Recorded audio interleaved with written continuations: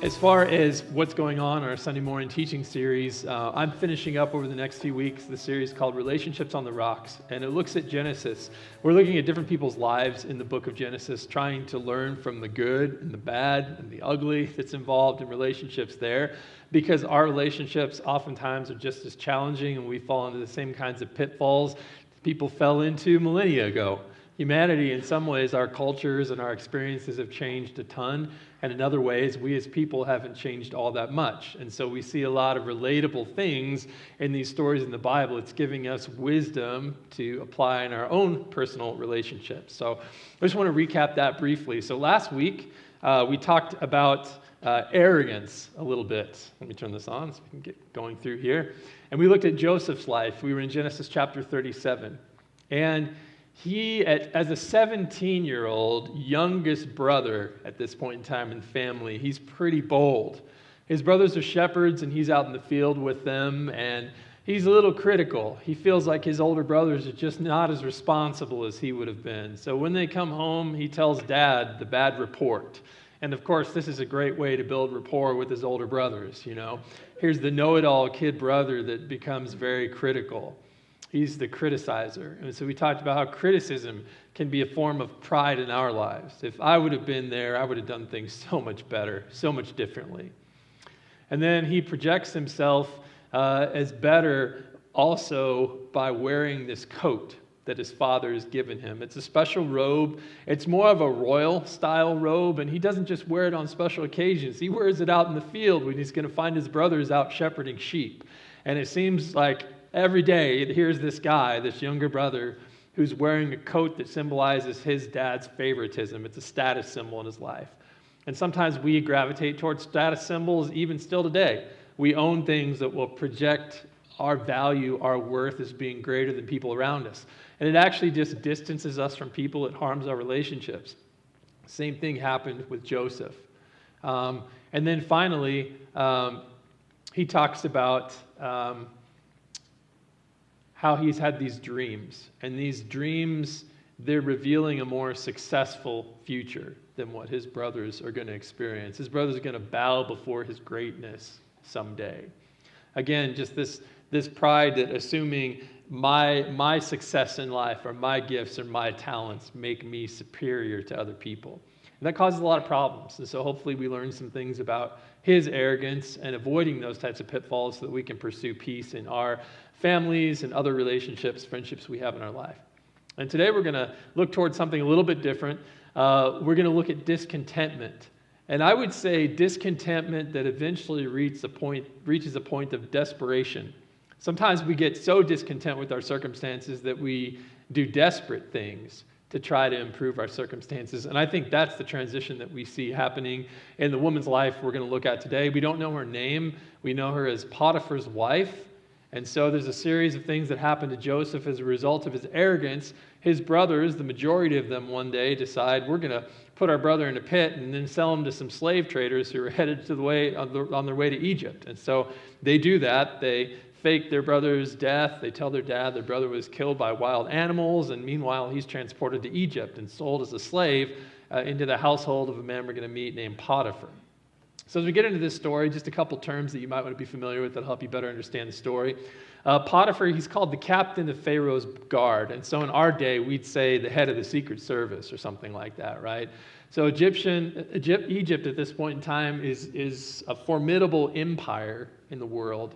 And this person, whether through working up through the ranks or through kind of being of noble birth, over a period of maybe 10 to 25 years, has worked himself up as a career military man into the most trusted top position in Egypt's army, over palace security, the personal bodyguard of the Pharaoh. So whenever Pharaoh is out and about, this person is at Pharaoh's side, protecting on military campaigns. If Pharaoh goes out to assess things or to participate, this man is next to Pharaoh to protect his life. And so a very powerful person in the 12th dynasty of Egypt, around 1900 BC, according to this story setting.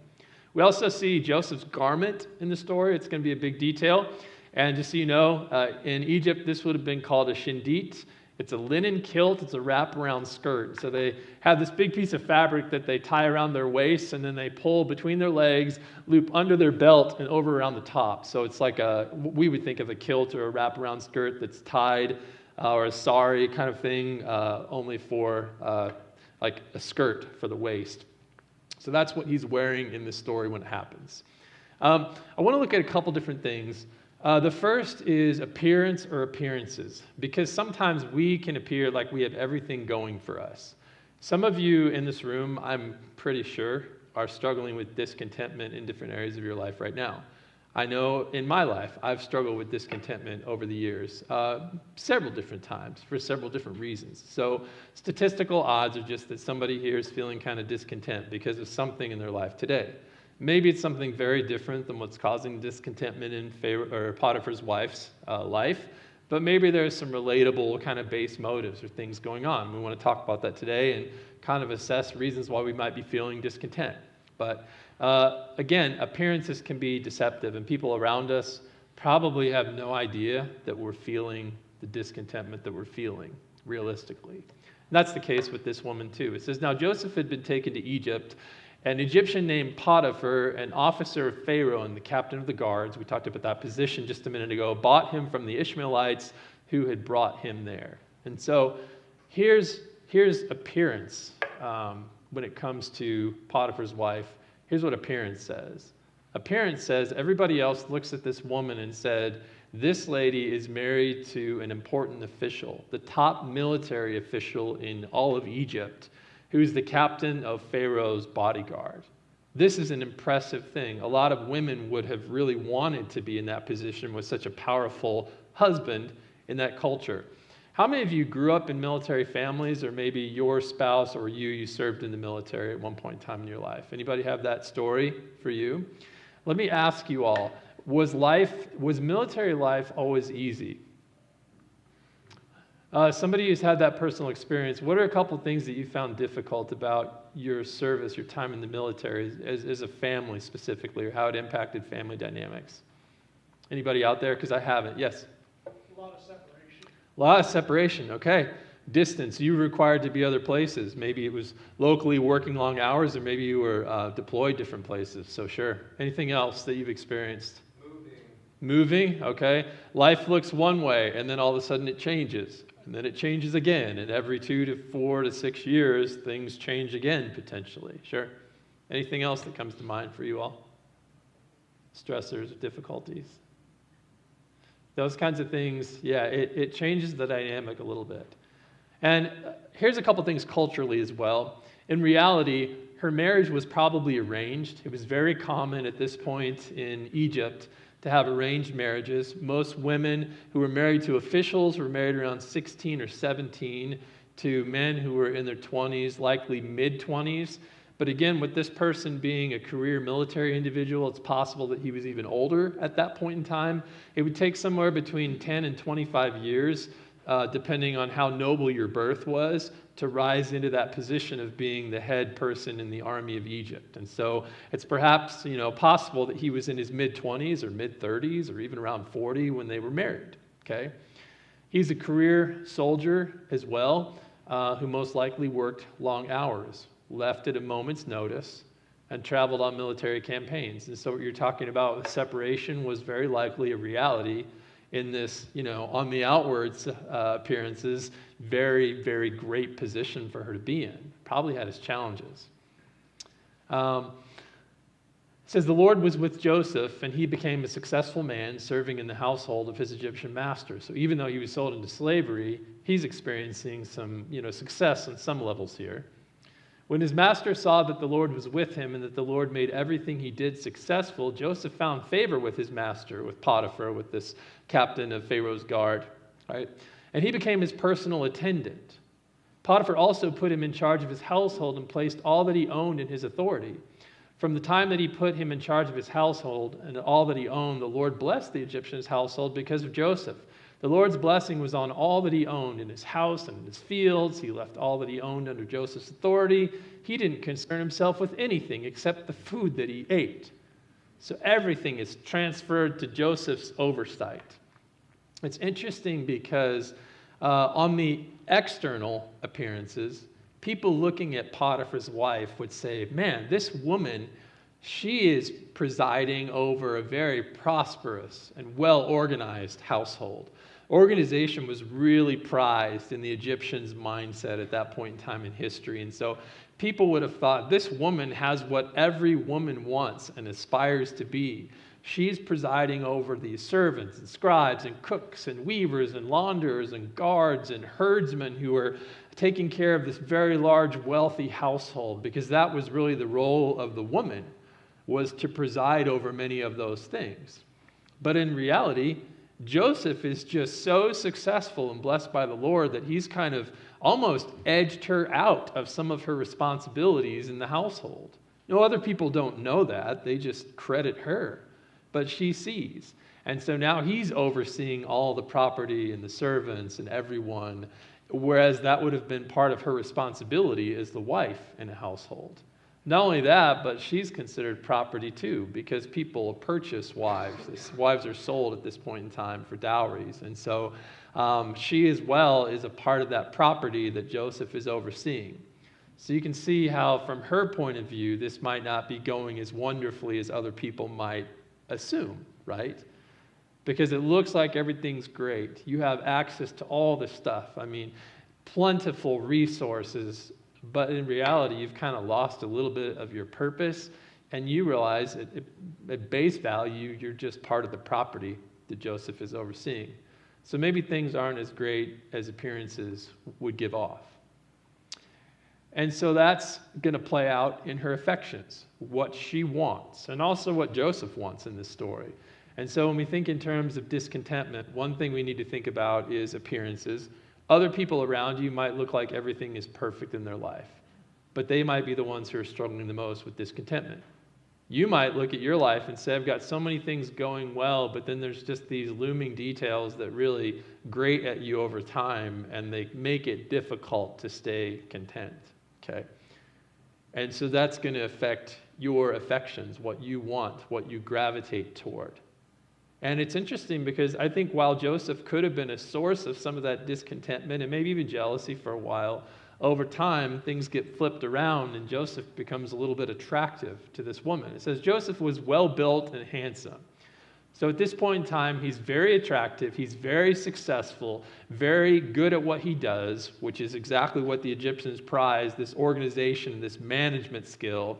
And he's attractive, and he's in his mid-20s. And it's very possible that Potiphar's wife at this point in time, maybe she's in her mid-20s. Because, again, men married younger women, and it was arranged marriages a lot of times so that the family could gain more political connections or social status. And so chances are there wasn't a lot of love or a lot of physical attraction or maybe even enjoyment from conversation and other things that has ever been a part of their marriage. And now Joseph comes in, he's maybe closer in age, and he's very attractive, more so than this career military man that she's been with for quite some time. It says after some time, so this is not immediate, this is a process of her saying, I started out being a little jealous of this guy, but husband's never around, so maybe he can give me something that I lack, something that would make me content. After a while, she looked longingly. It just means looked up at him, looked with desire, kind of at Joseph, and said, lie down with me. So she wants something from him now.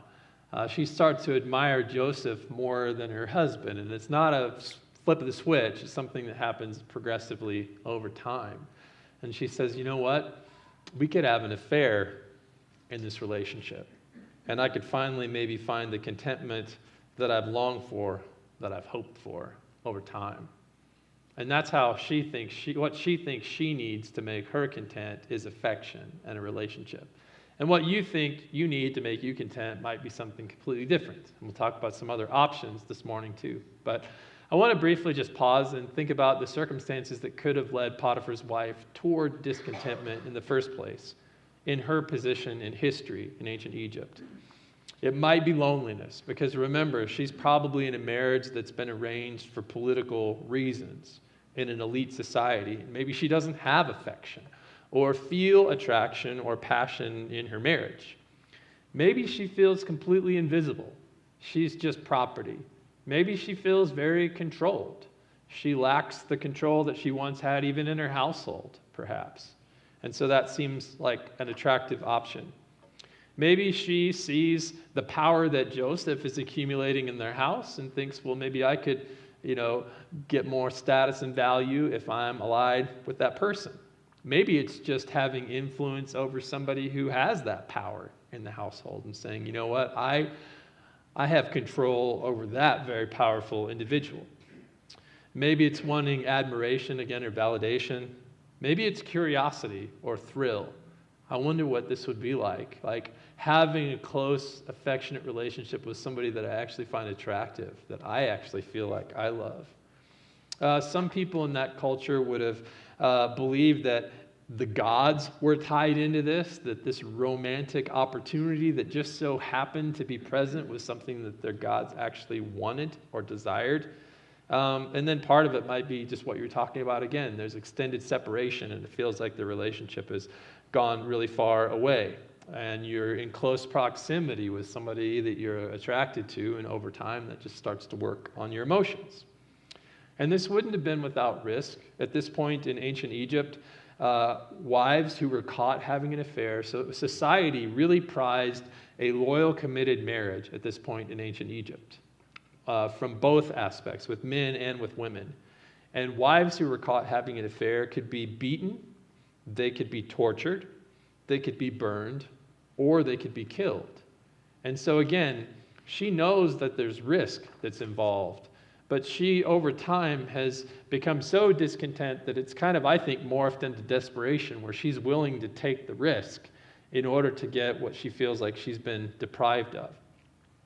On the other side of things, the male counterpart, the accomplice in these types of affairs, their punishment was often less severe. They would be beaten, perhaps in prison, but they're not going to be killed, and they're not going to be tortured or things like that. Like there was not equality in the ways that women and men were punished in ancient Egypt society. And so she definitely had more to lose than Joseph, even in this situation.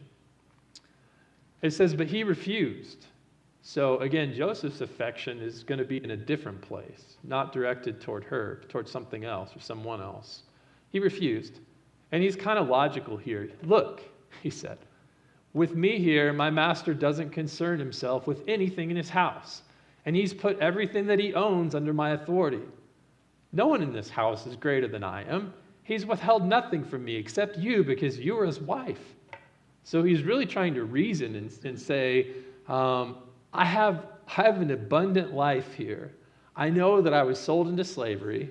That's not good. But God has made it to where I'm experiencing abundance in the midst of my less than ideal circumstances. There's a lot of good things going. I've got access to everything. There's just this one thing that's off limits, and it happens to be you. Does that sound like any story you've read in the Bible up until this point before? Access to all this abundance. There's just one thing that's forbidden, right? It sounds like the Garden of Eden on repeat. And that's what we're supposed to get. And maybe you feel the same way, There's this one thing, and I know I don't have it, but I really want it, and I need it. And that's dissatisfaction, right? Or maybe on the other hand, you look around and say, wow, there's a couple things that are off limits for me, but I have so much abundance. And so what we're meant to see is two different perspectives on how we can look at our circumstances. One sees all the abundance and is willing to stay away from the one thing that, is off limits that maybe could provide contentment, but a focus on the good things and the plentiful things in life. And then the other person is focused on that one thing that they don't have and can't get, that they think, oh, if I had this one piece of the puzzle, then I would finally find happiness. And so when we wrestle with discontentment, we need to realize that, we're leaning toward one of those two perspectives in our life. We're viewing life like Joseph or like Potiphar's wife. And so we just need to be aware of that on a personal level. That's what's happening. We're gravitating toward one perspective or the other. He says, so how could I do this immense evil, and how could I sin against God? He refuses, first of all, her advances. It reminds her of the aftermath that's going to happen. He's already talked about how Potiphar has entrusted him with everything, and so he knows he's going to lose Potiphar's trust. But also, again, in Egypt's culture, it's considered, the word evil here, it's just the word bad. It's the same thing of the tree of knowing good and bad. It's the same word, right? He's just saying, in society, this is a great bad thing. I'll lose my reputation amongst the Egyptian people if I do this, because faithfulness and loyalty is so highly valued. Why would I risk something that could ruin my relationships with all these other people? And, my relationship with God would be affected too, because I would feel like I was walking away from God's wisdom, from this better option that God has for me in my life too. And so I can't sin against God. Like there's too much to risk. I know what the aftermath would be of me giving into this thing. And that conversation doesn't go very far with her, because still she thinks if I just had affection from this man, then I would be complete. So it says, although she spoke to Joseph day after day, he refused to lie down beside her or be with her. So again, she keeps approaching him. She's convinced if I just had this one thing I don't have that's forbidden, I would finally be satisfied. But her attempts to get the thing that she thinks will satisfy her and bring her happiness just pushes that thing, in this case that person, further and further and further away. And so sometimes when we get so obsessed that we're pursuing the thing that we think would make us happy, it's just like it's fleeting. It's like the harder we chase it, the faster it runs away. And maybe we see that happening in our lives in different ways too. Now one day he went into the house to do his work, and none of the household servants were there. I've heard people talk about this and say, well, maybe he shouldn't have gone in the house, but this is his job. It's a situation that he can't avoid, but something that she sees and she's going to take advantage of. So she grabbed him by his garment and said, lie down with me. So she's desperate at this point, right? He just will not give her that thing that she thinks she needs, which is him. And over time, she just becomes more and more desperate, and it pushes her toward the only alternative in her mind, which is to force the thing that she thinks will make her happy to happen. And so maybe we take desperate measures that defy all logic and reason, because it's like all of the pathways to our contentment seem to be getting shut down. And then we think, well, I know what I could do to make this happen, right? I'm going to make it happen. And so she tries. And it says, he left his garment in her hand and he escaped and ran outside. Now, we talked about what his garment was earlier at the beginning, right? It's the wraparound skirt. It's made out of linen in ancient Egyptian society, and that's the only garment that people would wear, okay? So when she takes that, she takes everything. And so he leaves that, and he walks outside with nothing on, okay? Which puts him in a precarious situation of actually being abused by her in that moment, right? He is a victim or a survivor of abuse, and she is a perpetuator of one, but she's going to take that garment and she's going to use it to her advantage to deceive and lie in the next part of the story. It says she put Joseph's garment beside her until his master came home. So he is away, out doing military business, perhaps for the rest of the day, perhaps for the rest of the week, perhaps for a couple of months, and she keeps his linen skirt next to her. Then he comes home and she says, the Hebrew slave you brought to us, blaming him, came to make a fool of me. The word is came to make laughter, or it's the word Isaac. It's the same name Isaac's name is in Hebrew, same word. So came to make Isaac of me, just a little, connection between stories in the book of Genesis. Came to make laughter out of me. But when I screamed for help, he left his garment beside me and ran outside. He tried to abuse me, right? He tried to approach me. When his master heard the story his wife had told him, these are the things your slave did to me, he was furious. And he had him thrown into prison where the king's prisoners were confined. He didn't have him executed or killed or beaten because, again, the penalties for men were less than those of women. But he did put him where he could keep an eye on him and where he wouldn't be involved with his family anymore, in the prison that he was the captain over in the palace where the political prisoners were confined. And so he was angry. and he took it out on Joseph. And so ultimately, she thinks, I love this man. But in reality, she ends up abusing someone, or maybe something, sometimes in some of our situations, that we claim to love. And that's where discontentment leaves her. So I want to look for a moment at how this story might apply to us. And it's going to be different in our situations. What kinds of things might lead to discontentment in our relationships with people? What are some options? Maybe it's a lack of communication. You and your partner, or your kids, or your parents, you just stop talking about how you feel, or what you think, or your daily experiences. Maybe it's emotional neglect. You feel unsupported, or unseen, or unloved. Your partner fails to encourage you about things that you really need encouragement for. Maybe it's a loss of physical affection or intimacy, and over time that builds discontentment. Maybe it's comparing yourself to other families. Look at the types of relationships that these families have. We, on the other hand, it's like ours is dysfunctional, or ours, again, is kind of degrading into these different experiences where we just don't communicate. Maybe it's betrayal or infidelity. It's possible that this military man might have had other relationships. More unlikely, again, with his position in Egyptian society and their values at the time, but it's possible there could have been unfaithfulness at some point in time in their lives. Maybe it's just a lack of appreciation. You know, you're putting in a lot, you're contributing a lot, but you're never appreciated for it. Maybe it's something totally different. Maybe it's work or financial stress. Sometimes in our marriage, we've had times where finances have caused a lot of pressure, right? And so we look at other people and think, wow, they're doing so much better, or they're not in debt, or, you know, and all those pressures start to build up, and we just want what other people have. Maybe it's the household responsibilities that are expected of you. Maybe it's different health issues that you're going through that are causing you to feel discontent. Maybe it's low self-esteem. You look at other people and you just don't perceive yourself as valuable as they are. And so you're content just because of how you see yourself as less valuable than other people.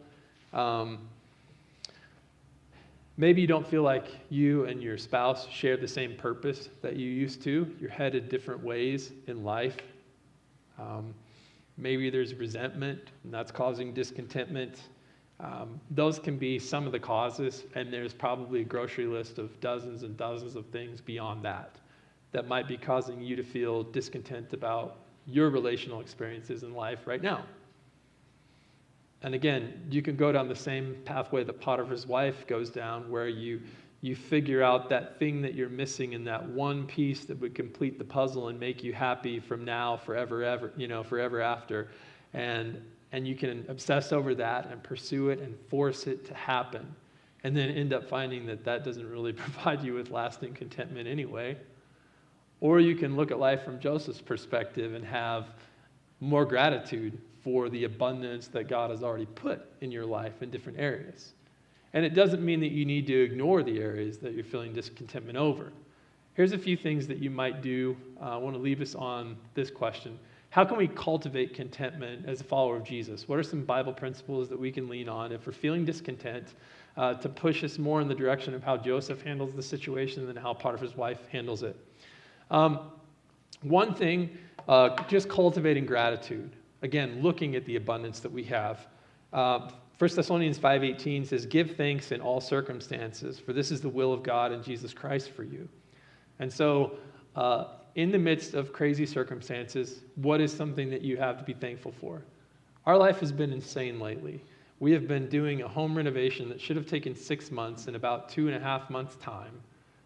Trying to get it done because God has us transitioning to a different place in life very soon, and there are deadlines and dates that things have to be done by, right? And so we can get focused on the stress and on all the problems and on the lack of time that Christine and I have gotten to spend with each other and with our kids, right? And frustrations build up. But in the midst of that, there have been some really neat answers to prayer and some really great blessings that we have that we get to experience that are easy to lose sight of. And so sometimes we just need to cultivate some gratitude to help pull us out of discontentment. Another thing that we can do is practice forgiveness. Maybe people have done things to offend us, and that's been a part of discontentment. Ephesians 4:32 says, "Be kind to one another, tender-hearted, forgiving each other, as God in Christ forgave you." And so we can look at people's offenses and say, I can forgive that. We can have some tenderness instead of abrasiveness characterize the way that we relate with people. And we can just practice kindness. Kindness goes a long way. We're considerate. So maybe it's letting go of past hurts that have kept us looped in a cycle of discontentment, or betrayals or resentment that's been building us.